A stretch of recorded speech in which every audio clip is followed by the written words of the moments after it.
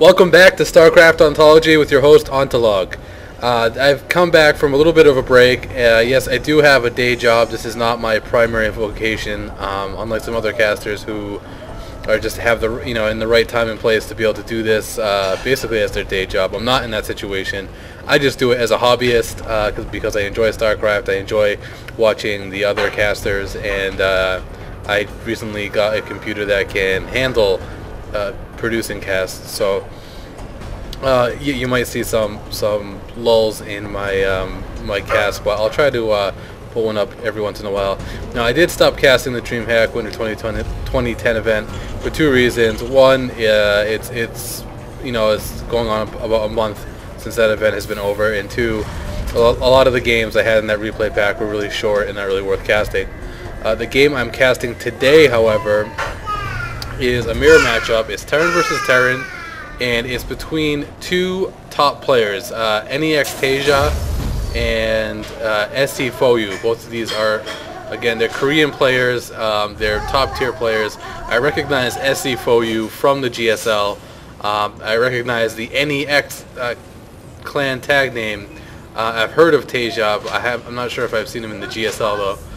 But both players are top tier diamond players on the Korean servers. Now, I also don't normally enjoy casting Terran. Normally enjoy playing Terran versus Terran. It seems pretty a long and drawn out process, but this game is not particularly long, so it should be interesting to have some more fast-paced action. Now, both players going pretty standard here. We have a barracks coming down for NEXtaeJa, and we have a barracks also just about finished up for sCfOu. The scouting probe for NEXtaeJa has come in here, and he's going to see if sCfOu is doing anything different. Now, notice both players, they chose not to block off the ramp here. As you see, both of them have pretty much the same kind of building placement. That's probably because it's Terran versus Terran as opposed to, say, TVZ where you need to really block from those Zergling run-bys and such. And Terran versus Terran, actually, sometimes you don't want to put your stuff too close to the edge, because what happens is your opponent can park siege tanks on the side here next to the edge and start shelling away your building. So it's good to keep a little buffer zone there. Now, this scouting SCV is about to die, and there he goes. Yep. And did he see the? Yeah, he did see the second, factory, not second barracks. He did see the factory being built, and SCV ready. Yep.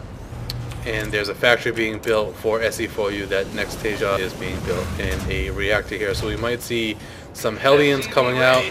Let me bring up the, pause that. Let me bring up the production tab here. We might see some Hellions coming out, do some Hellion harass in the mineral line. Of course, I'll have to do that before any kind of siege things come out. We see a tech lab going down on the factory for NEXtaeJa and a starport. So we do see the Destiny Cloud Fist build. This build where you have a barracks, a factory, and a starport is definitively known as the Destiny Cloud Fist build.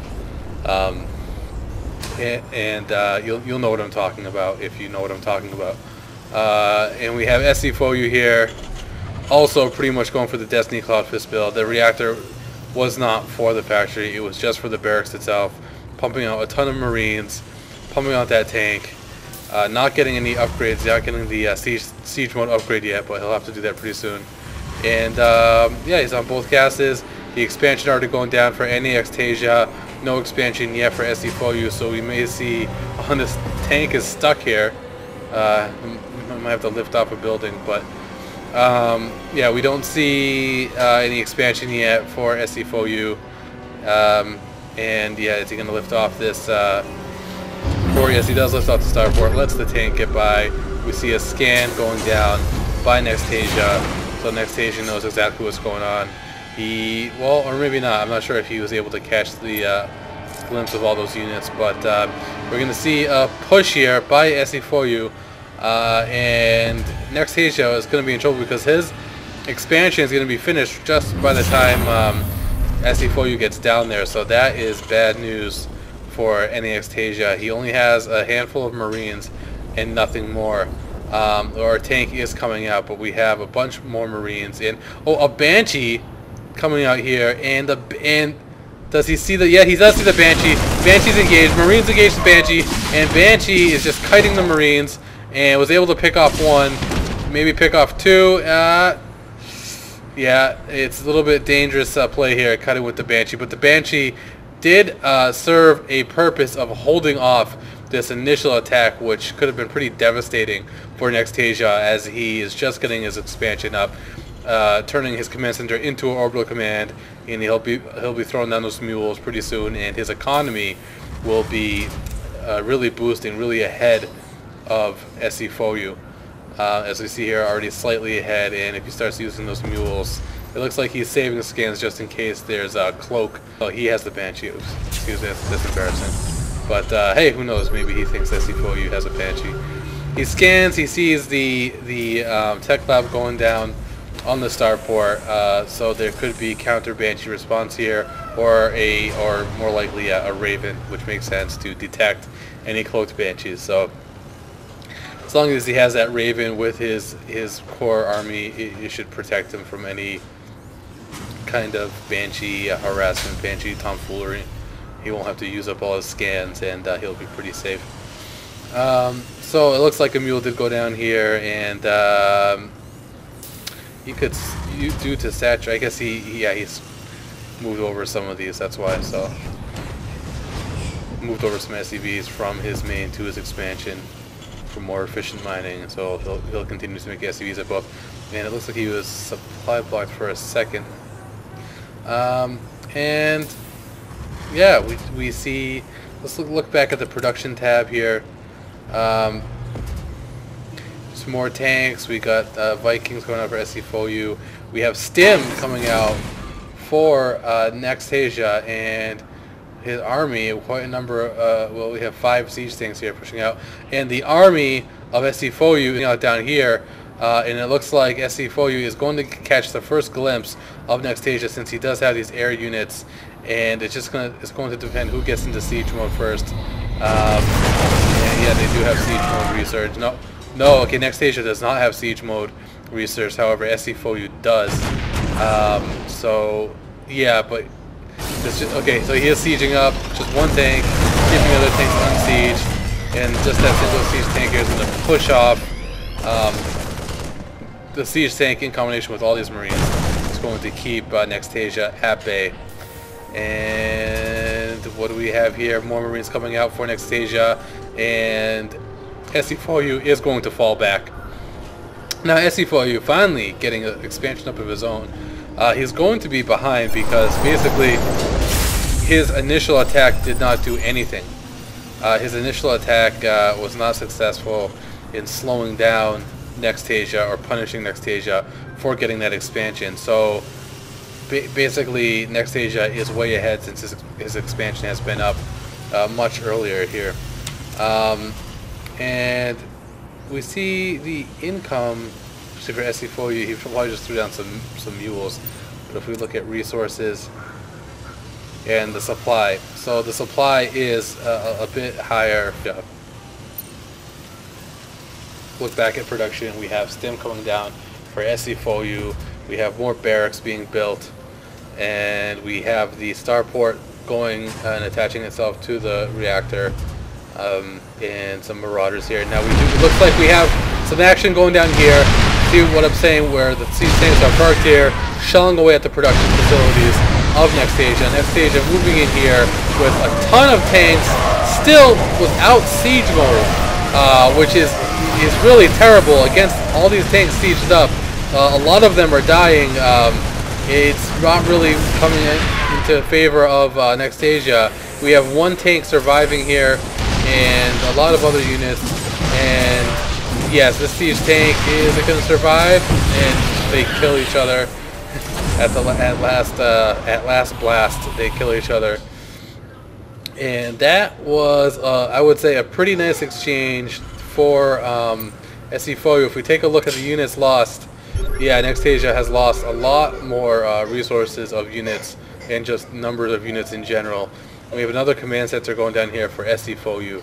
So it looks like that was a pretty effective attack, punishing his opponent for building a little bit too close to the edge here. For not having siege mode, I don't know why he thinks he can get away in a TVT without researching siege mode. It's just beyond me.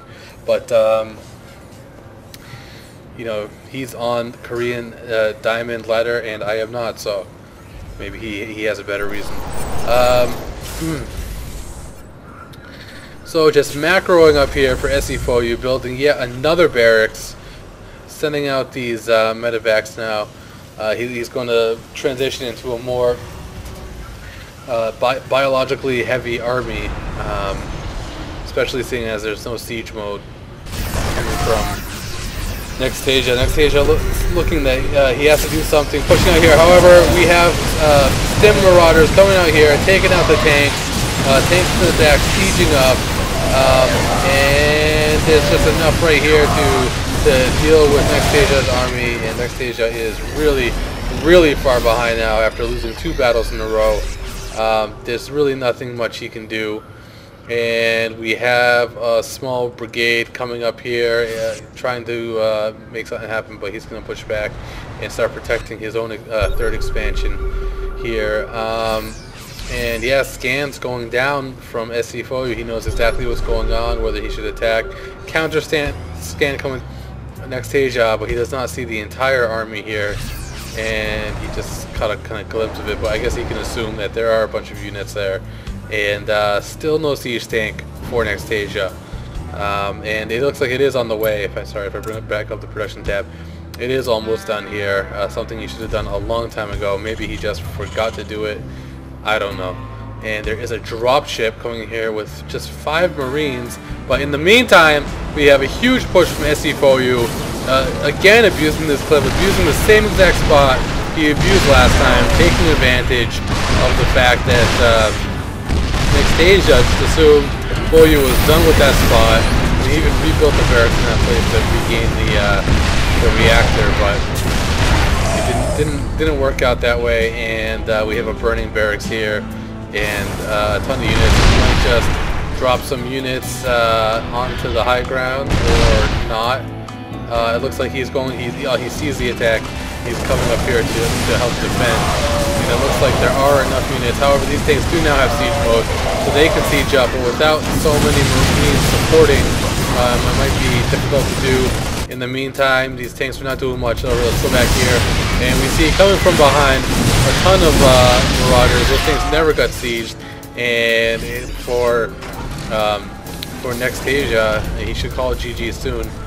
There's really nothing much he can do to get back from here unless sCfOu makes a major mistake, which I doubt he will at this point. We see a ton of barracks going down for NEXtaeJa, and Marines walking into the line of fire here. Scan going down, and basically, you know, sCfOu could just come right up here and start shelling the national expansion. We have another group of units, 2 medevacs and a bunch of marauders and a couple of Marines going to take out this 3rd expansion, and that should really be GG. There's really nothing. Yeah, there it is. There's the GG. And this has been another cast from your friend Ontolog here at StarCraft Ontology. I'm over.